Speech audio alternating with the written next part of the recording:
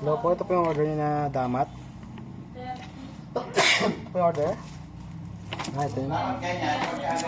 So, nalagyan pa po natin yung lang extra ko para sa shipping.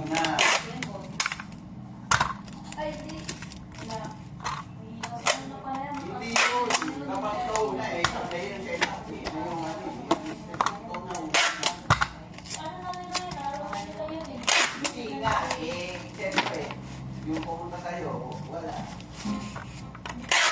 Ay, ganun talaga. Ganun talaga. Kumawag.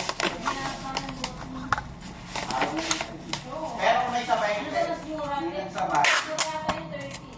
Doon sa araw na. Wala ka.